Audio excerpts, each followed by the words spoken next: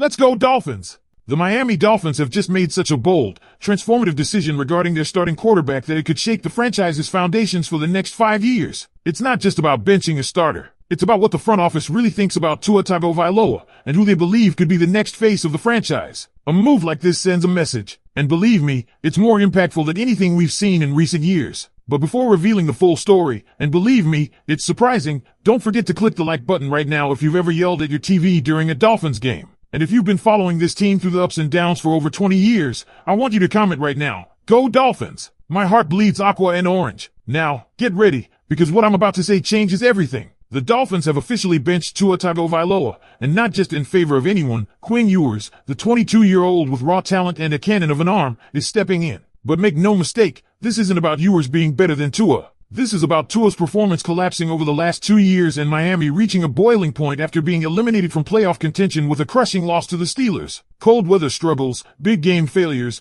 and lingering concerns about Tua's hip. Those were the red flags that Miami could no longer ignore. The offense was stale, the production flatlined, and it was clear a change was needed. So what does this really mean? This is a two-part decision. First, they benched Tua because his performance left no other option. Then, when choosing between Ewers and Zach Wilson, who the team also brought in, it was Ewers who got the nod. Why? Because this team needs to evaluate what they have in the young QB who was once projected as a top 10 draft pick. This is a low-risk, high-reward play. If Ewers shows even flashes of starting caliber play in these next 3 games, he could be Miami's future at quarterback. Worst case scenario, you learn he's not the guy, and you move on. But if you roll with Wilson, even if he plays well, you're stuck with a 1-year, $14 million decision, and possibly more than $70 million tied up in the QB room. That's not a winning formula, but the decision doesn't stop there. There are serious questions about how this affects the rest of the team. Should starters like Jalen Waddle or Devon Achane sit out to avoid injury? According to inside sources, absolutely not. The Dolphins need to evaluate Ewers with the same weapons that surrounded Tua. If you're truly testing his ceiling, you do it with your full offensive arsenal. That means Waddle on the field. That means Achane in the backfield. That means the full O-line protection. This is about more than just seeing what Ewers can do. It's about evaluating Mike McDaniel's offense when led by a new face. And let's not kid ourselves, the stakes are massive. If Ewers plays well, we're talking about a complete QB overhaul in Miami. That could mean trading or cutting Tua, even if it comes with a painful $56 million cap hit or a monstrous $99 million in dead cap. The team might opt to keep him as a backup, especially if they can't offload that contract. But let's say Ewers goes 2-1 in these next 3 games against the Bengals, Bucks, and Patriots, and the offense shows life, even improvement. It's hard to imagine a world where Ewers isn't your starter in 2026. Now, some fans are already talking about the draft. Should the Dolphins pull a Carolina Panthers move and trade up big time to secure a top college QB? Absolutely not. Trading away multiple first-rounders, second-rounders, and a star player like the Panthers did for Bryce Young is not the way to go, especially in what insiders are calling a weak quarterback class. There's no Caleb Williams or Trevor Lawrence in this group. No QB is worth mortgaging the future over. Names like Fernando Mendoza, Dante Moore, and Ty Simpson have been floated, but unless one of them drops significantly in the draft, Miami should stay put. If they like a guy enough to move from the second round into the late first, fine. But don't sell the farm, especially when you've got Ewers right now, in your building, getting real NFL snaps. Let's not forget, Ewers has elite arm strength, but his consistency and decision-making need work. That's why these next 3 games are so crucial. If he can show poise in third and long situations, hit the deep ball, and elevate the offense, he's not just a stopgap, he's a legitimate QB1 candidate. Opposing defenses are going to stack the box and dare him to throw. Pittsburgh already gave the league the blueprint. It's up to Quinn to beat that coverage and prove he belongs. And that brings us to the final twist in this story, the health of Tua. There's speculation that his recurring hip injuries may have played a bigger role in his decline than previously thought. Remember, he missed the last 2 games of the 2024 season due to that same issue. If his body is breaking down, then this isn't just a performance issue, it's a durability problem, and that might be the final nail in the coffin for his starting career in Miami. If Quinn Ewers delivers even glimpses of starting caliber play in these final 3 games, the implications are enormous, not just for the quarterback room,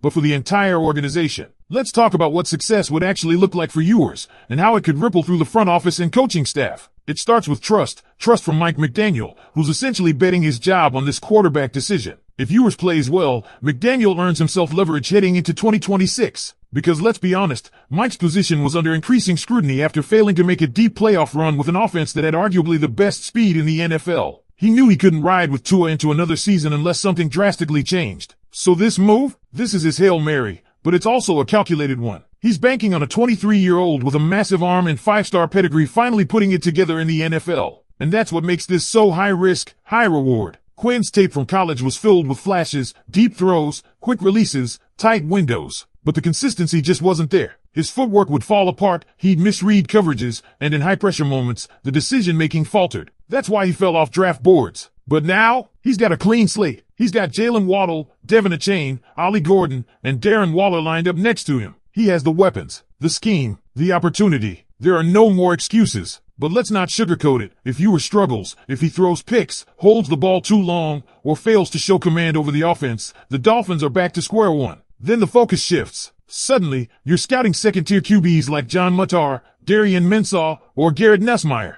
and none of them scream franchise quarterback. In fact, the early read on this upcoming class is that it's thin. Very thin. Most of the top college quarterbacks are likely returning to school, aiming for the 2027 draft, which already looks much stronger. That's why Miami's current strategy makes so much sense. Evaluate in-house talent before you dive headfirst into a shallow pool. And what happens to Tua if Ewers takes off? That's where it gets messy. Because financially, this is a nightmare. Cutting Tua would mean absorbing a $56 million cap hit, something that would cripple the team's flexibility. If the front office can't trade him, the Dolphins may be stuck keeping him as a backup. That's an awkward locker room dynamic, especially for a former starter who was once considered the face of the franchise. But the writing is on the wall. Tua's days as QB1 in Miami appear over. Whether it's injury-related regression or limitations in cold-weather games, the organization seems to have accepted that he's not the guy to lead them to a championship. And there's another layer here. If Ewers succeeds, it opens the door to reallocate cap space elsewhere. No more massive quarterback contracts. Instead, you could invest in offensive line depth, bolster the secondary, or even add another defensive anchor to complement Bradley Chubb.